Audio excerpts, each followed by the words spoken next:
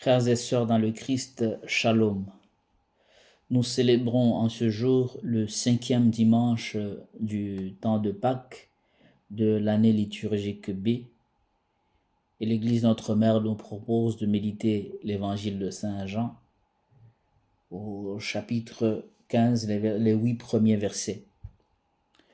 Mais avant d'entrer dans le vif sujet de ce thème ou de cet évangile, nous allons remarquer une chose, que le temps change.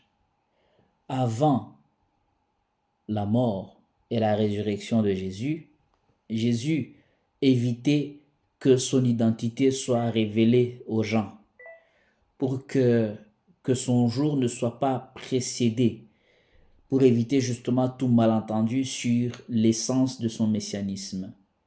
Ce messianisme qui devait s'accomplir par le rejet, la souffrance, la mort, mais qui devait au bout aboutir sur la résurrection. Et juste après la résurrection, justement, il n'est plus question du silence parce que déjà le jour de sa mort, à la fin, l'une des dernières paroles, il a dit « Tout est accompli ». Puisqu'il a révélé toute la densité de son messianisme, il fallait donc se révéler. Et c'est dans cette perspective que s'inscrivent déjà les deux dimanches que nous sommes en train de suivre, du 4e au 5e dimanche. Jésus lui-même se présente. Et déjà dès le premier verset, il commence par dire « Moi, je suis ». Le dimanche dernier, il s'agissait du berger, il l'a dit « Je suis le bon berger ». Et aujourd'hui, il commence par nous dire « Je suis la vraie vigne ». Et le « je suis », il faut aller le retrouver dans l'Ancien Testament, à la rencontre entre Moïse et le buisson ardent. Lorsque le buisson ardent parle à Moïse et lui donne la mission d'aller libérer le peuple d'Israël en Égypte, Moïse a eu le courage de demander quelle était l'identité de celui qui lui parlait derrière ce buisson ardent. Et l'hébreu, Exode chapitre 3, verset 14, disait « Ayez Asher, ayez », qui peut donner, dans la plupart des cas, une multitude de traductions. « Je suis celui qui suis ».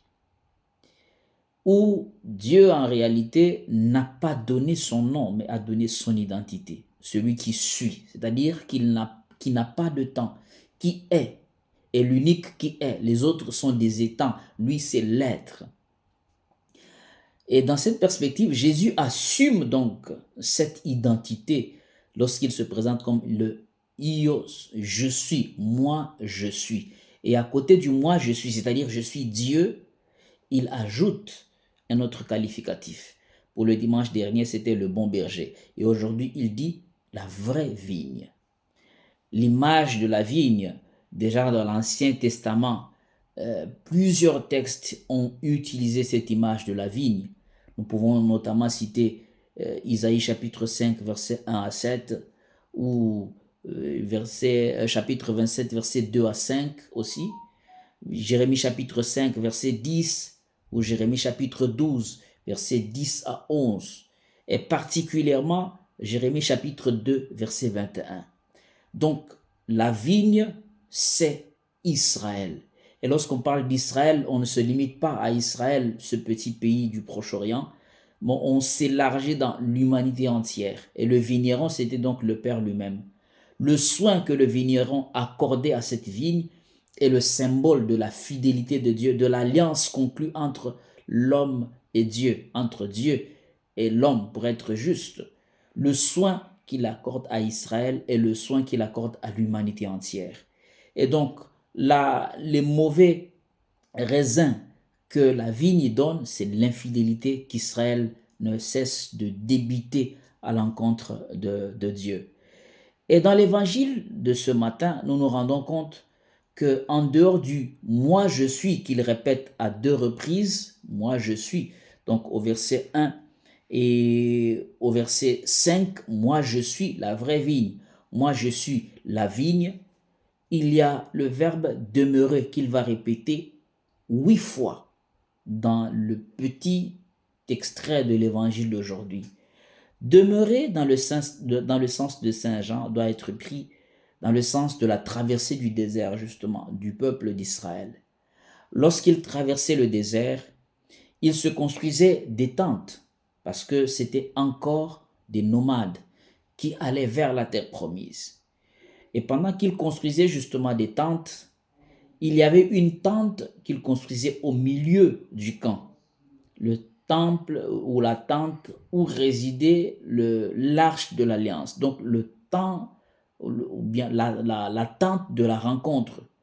De sorte que Dieu était visible de tous. Et c'est ce qu'on appelait la demeure de Dieu. Et cette demeure, justement, dans le Nouveau Testament, s'est révélée être Jésus. Voici la demeure de Dieu parmi les hommes. Et Jean, quand il utilise la demeure ou demeurer, il parle de cet aspect de Dieu, c'est-à-dire cette permanence de Dieu au milieu de son peuple, comme une sécurité inouïe, comme une sécurité indéniable.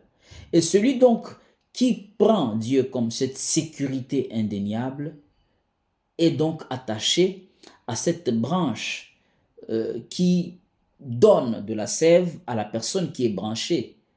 Et de la sorte, cette personne porte des fruits. Tous les fruits que nous pouvons avoir aujourd'hui doivent partir de cette demeure, doivent avoir leur source. Et l'unique source indéniable, indéboulonnable, indissolvable est justement la source qui est Dieu, en qui il faut demeurer.